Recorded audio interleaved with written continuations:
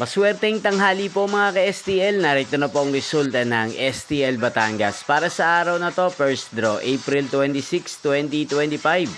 Araw ng Sabado. Naway ang mga natayan niyo pong mga numero kanina ay manalo nawa ngayong tanghaling ito, 12 PM. Kaya't kunin niyo na po ang inyong mga tickets. Narito na po ang resulta.